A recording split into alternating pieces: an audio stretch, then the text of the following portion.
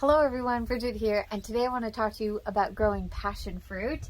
I'm really excited about it. I've never grown it before, but I have eaten a lot of it. I was born in Hawaii and I spent part of my childhood there, so I grew up eating tons of tropical fruit, and this is one of them.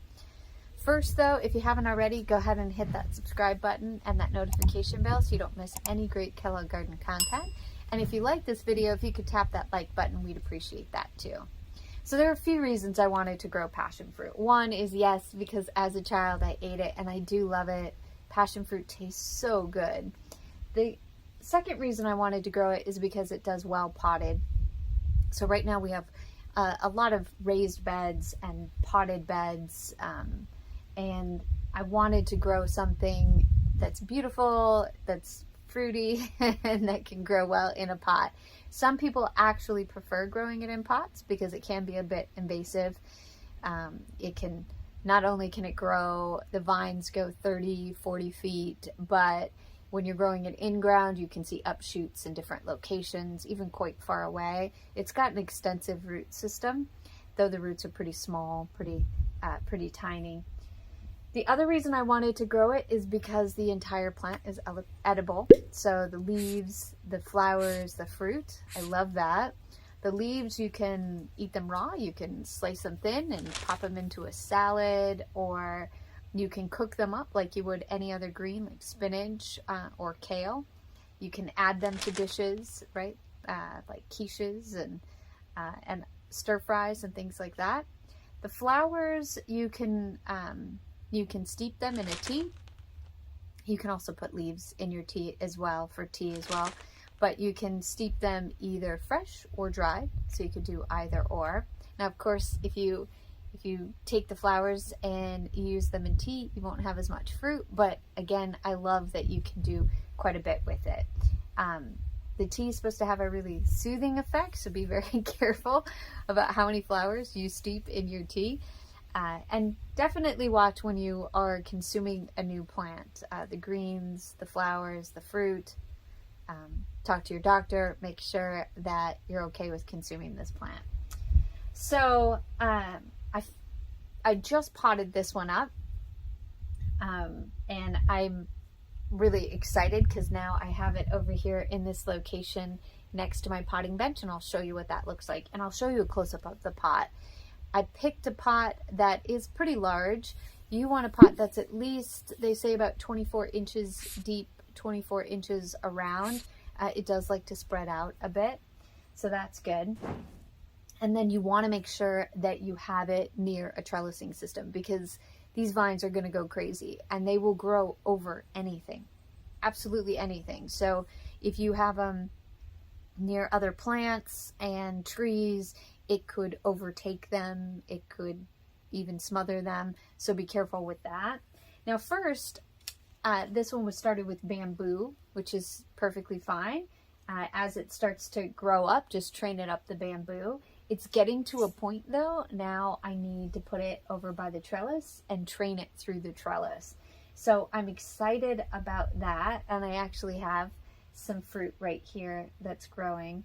Now to start your passion fruit, the best way is from fresh seeds.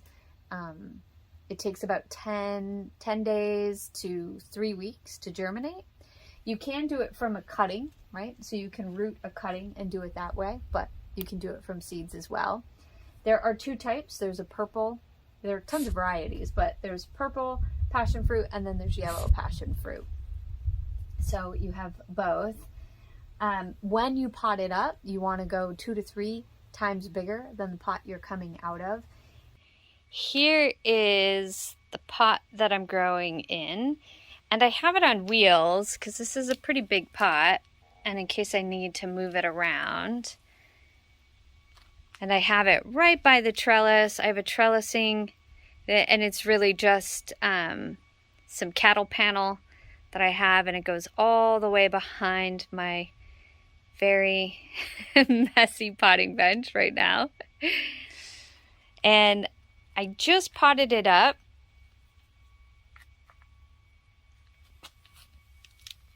And I used some soil building conditioner which is a G&B Organics product.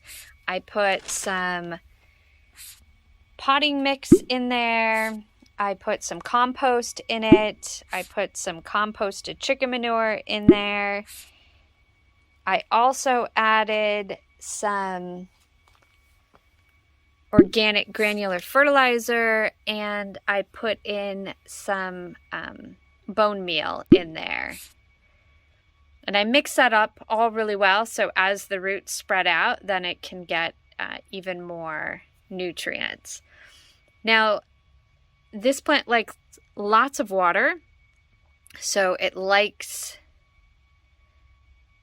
moisture, but it doesn't want to sit in it. So you need well-draining soil in there, and this pot drains through really good. I have a nice big hole at the bottom, so that comes in really nice.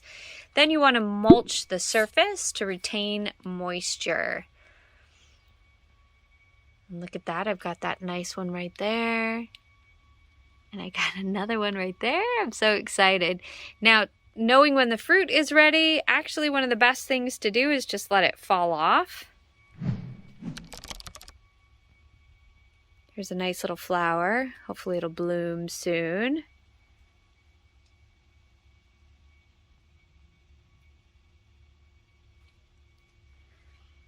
And then the only thing I really need to do now is just train it up this trellis. And that's about it, and then I'll be ready to go.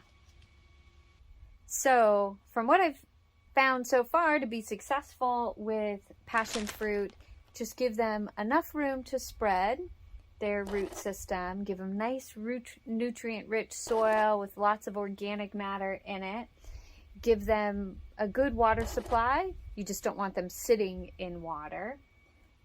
Lots of sun, they do well in sun, and then a place to spread and trellis. It takes about 12 to 18 months before you're going to see fruit on it.